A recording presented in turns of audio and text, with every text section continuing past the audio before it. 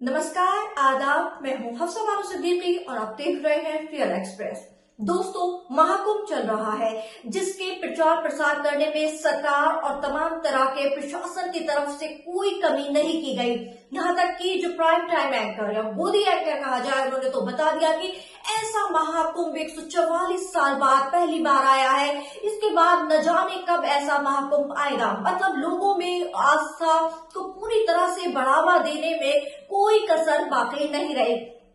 लेकिन इन तमाम हथकंडों के बावजूद भी जो महाकुंभ की कुव्यवस्था है, बद इंतजामी है, उसकी खबरें किसी न किसी तरह से बाहर आती गई। चाहे वो भगदड़ हो, लोगों ने अपनों को जिसमें गंवाया है, गंदा पानी है, मलमूत्र है, औरतों की जो तस्वीरें हैं, जो नहाती हुई तस्वीरें हैं, उनको वायरल, इस तरह की तमाम खबरें वहां से सामने आती रही हैं। लेकिन इस सब के बीच कल यूपी विधानसभा में यूपी के मुख्यमंत्री योगी आदित्यनाथ की तरफ से एक विवादित बयान कहा जाए या जिस तरह से भाषा का यूज किया जाए, उन्होंने कहा कि इस महाकुंभ में देखने वालों के ऊपर है कि उन्हें क्या दिखा। गिद्धों को लाशें दिखी और इसके अलावा जो सुअर थे उन्हें गंदगी नजर आई। मैं आपको बताती हूँ योगी आदित्यनाथ ने अपनी भाषा में क्या कहा। योगी आदित्यनाथ ने कहा, महाकुंभ में जिसने जो तलाशा उसको वो मिला। गिद्धों को लाश मिली, सुअरों को गंदगी मिली, जबकि संवेदनशील लोगों को रिश्तों की सुंदर तस्वीर मिली, सज्जनों को सज्जनता मिली, व्यापारियों को धंधा मिला, श्रद्धालुओं को साफ सुथरी व्यवस्था मिली, जिसकी जैसी नियति दृष्टि थी उसको वैसा मिला। अब देख सकते हैं योगी आदित्यनाथ ने इस तरह से कहा कि और इस भाषा का इस्तेमाल किया। अब सवाल ये होता है, आखिर वो गिद्ध और सुअर कहना किसे चाह रहे थे? मतलब जो इस बदइंतजामी को बता दे, या जिस तरह से पहले प्रयागराज में भगदड़ हुई, इसमें इतने लोगों ने जान गंवाई, या फिर दिल्ली में जो रेलवे स्टेशन है, दिल्ली रेलवे स्टेशन पर भगदड़ हुई, उसमें लोगों ने अपने को खोया, जान गंवाई, जिसमें रेलवे प्रशासन पूरी तरह से मुस्तैद था। अगर वो कल मुस्तैद होता तो ये सब नहीं होता। तो वहां भी मैनेजमेंट की कमी रही। इसी तरीके से जो लोग वहां पर जा रहे हैं महाकुंभ में, उनको पर्याप्त टॉयलेट नहीं मिल पा रहे हैं, उनको समझ नहीं आ रहा कि वॉशरूम कहाँ जाए वो। तो ये जो बदइंतजामी की खबरें आ रही हैं, या जिन लोगों को ये दिखाई दे रहा है, या जो लोग अपनों को खोने के बाद उनकी लाशों को देखना चाह रहे हैं, ये जानना चाह रहे हैं कि उनका अंतिम संस्कार के लिए मिल जाए, तो क्या योगी आदित्यनाथ उन्हें गिद्ध कहना चाह रहे हैं? इसके अलावा क्या प्राइम मिनिस्टर ने सब होने के बाद देश के प्राइम मिनिस्टर ने भी संवेदना व्यक्त की? क्या योगी आदित्यनाथ उनको भी यही सब शब्दावली से जोड़ना चाह रहे हैं? सवाल खड़ा होता है कि अगर कोई आपके बदइंतजामी को, आपके मैनेजमेंट में सवाल उठा रहा है, चाहे वो विपक्ष हो या बहुत सारे तो भक्त जो वहां पर जा रहे हैं, जिनकी आस्था है, भक्ति में लीन है, उसमें सनातनी ही है, तो वो लोग भी वहां से आके, मैंने उनसे खुद बात की थी, जो लोग वहां पर गए, उन्होंने बताया कि किस तरीके से वहां पे बिल्कुल मैनेजमेंट नहीं है। वीवीआईपी लोगों की वजह से आम लोगों को कितनी कठिनाई का सामना करना पड़ रहा है। उनके लिए कोई इंतजाम नहीं है रहने के लिए। अगर पानी की बोतल भी जो 10 रुपए की आती है वो 50 रुपए में मिल रही है। खाने में भी सब चीज इतनी महंगाई आसमान छू रही है।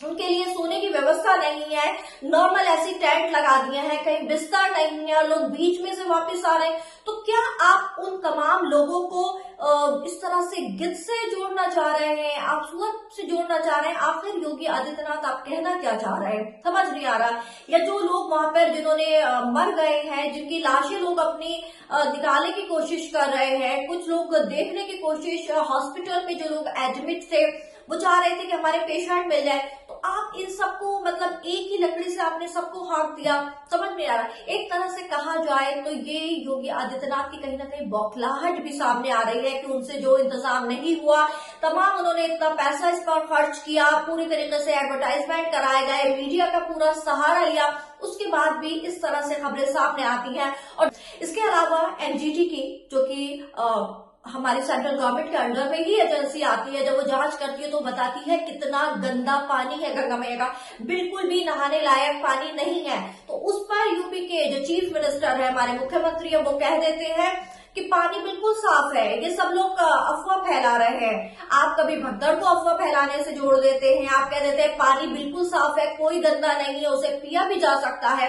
तो आखिर इतनी बौखलाहट क्यों नजर आ रही है? जिन्होंने जान गंवाई है उन्हें ले पाने की कोशिश कर रहा है, अपने मरीजों को ढूंढने की कोशिश कर रहा है, जो लोग भगदड़ में घायल हो गए, आप सबको गिद्ध और सुअर कह देते हैं। इतनी अमर्यादित भाषा का आजकल योगी आदित्यनाथ इस्तेमाल करने पड़ते हैं। अभी आपने सुना होगा कि वो उर्दू पर जिस तरह से उन्होंने मुल्ला कठमुल्ला का वर्ड यूज किया, अब वो वर्ड जो शब्दावली है उसमें यूज कर रहे हैं गिद्ध और सुअर। तो थोड़ा सा तो मर्यादा का ध्यान रखना चाहिए। आप हर किसी को एक ही तरह से कहने में लगे हैं, वो आम लोग हो, चाहे आपकी पार्टी के लोग हो, प्राइम मिनिस्टर हो, आपकी एजेंसीज हो, आप सबको, या विपक्ष हो, सबको, आम लोग सबको एक ही तरह से ये बताने में लग रहा है कि तुम सब गिद्ध हो, तुम सब सुअर लोग हो। क्योंकि जो लाशें जिन्हें दिख रही है उन्हें तो आपने गिद्ध कह दिया, और जिन्हें गंदगी दिख रही है, जबकि साफ तौर पर बताया जा रहा है वहां पर मलमूत्र जो है गंगा किनारे बहुत देखने के लिए मिल रहा है, बिल्कुल गंदा पानी है, बिल्कुल उसे नहाने योग्य भी नहीं है वो, और उसमें इतने करोड़ लोग जाके डुबकी लगा रहे हैं, और आप उसका प्रचार प्रसार करने में लगे हैं, और अभी भी आप ये कह रहे हैं कि ऐसे लोगों को दिख रहा है। सबकी अपनी अपनी दृष्टि होनी चाहिए। आखिर ये कह के आप क्या साबित करना चाहते हैं, इस पर मैं बताती हूँ। विपक्ष के नेता, विपक्ष के जो अध्यक्ष अखिलेश यादव, उन्होंने क्या कहा।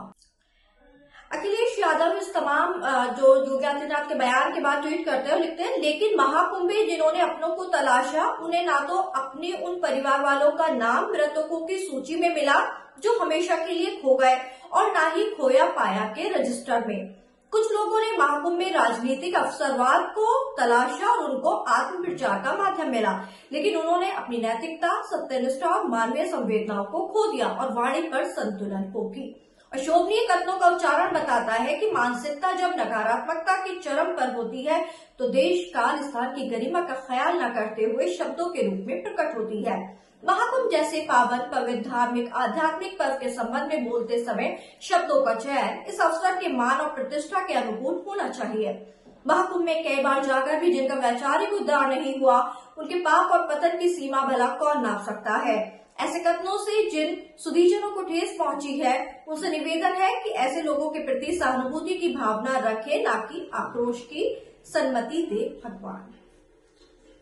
तो आपने देखा इस पूरे मामले पे अखिलेश यादव ने ट्वीट करके, और वही उन्होंने भी उस भाषा के लिए भी कहा है कि ऐसी भाषा, ऐसी नकारात्मक भाषा तब बोली जाती है जब आपके पास सॉल्यूशन ना हो, और आप इस तरह की भाषा का इस्तेमाल किया गया है। वाकई में जो ये भाषा है, जिस तरह का योगी है वो, उनके नाम में पहले योगी आता है, बाद में आदित्यनाथ आता है, तो उनको समझना चाहिए कि एक योगी, वो भी एक विधानसभा में, एक संसद में इस तरह की भाषा का इस्तेमाल करेगा तो आम जनमानस पर क्या उसका असर दिखाई देगा। थोड़ा तो ध्यान रखना चाहिए। महाकुंभ जैसा अवसर है और आप इस तरह की सदर्भ भाषा का इस्तेमाल करते हैं, तो इस चीज का ख्याल रखना चाहिए। और तमाम लोगों को आप गिद्ध और सुअर से जोड़ देते हैं, और लाशों को कभी आप कहते हैं भगदड़ नहीं हुई है, ये तो अफवाह फैलाई गई है। और जो वहां की वीडियो है, जो औरतों की वीडियो आ रही थी नहाते हुए की, जिन्हें बेचा जा रहा है, उसको एक्स से कहा गया कि इनको डिलीट कर दी जाए ताकि लोगों को पता ही ना चले।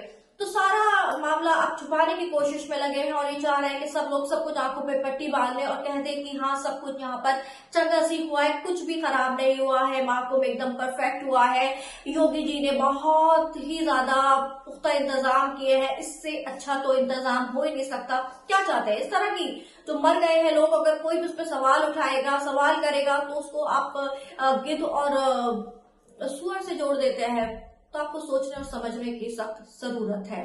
फिलहाल आज के लिए इतना ही, फिर किसी और मुद्दे पर बात होगी। जब तक मुझे दीजिए इजाजत।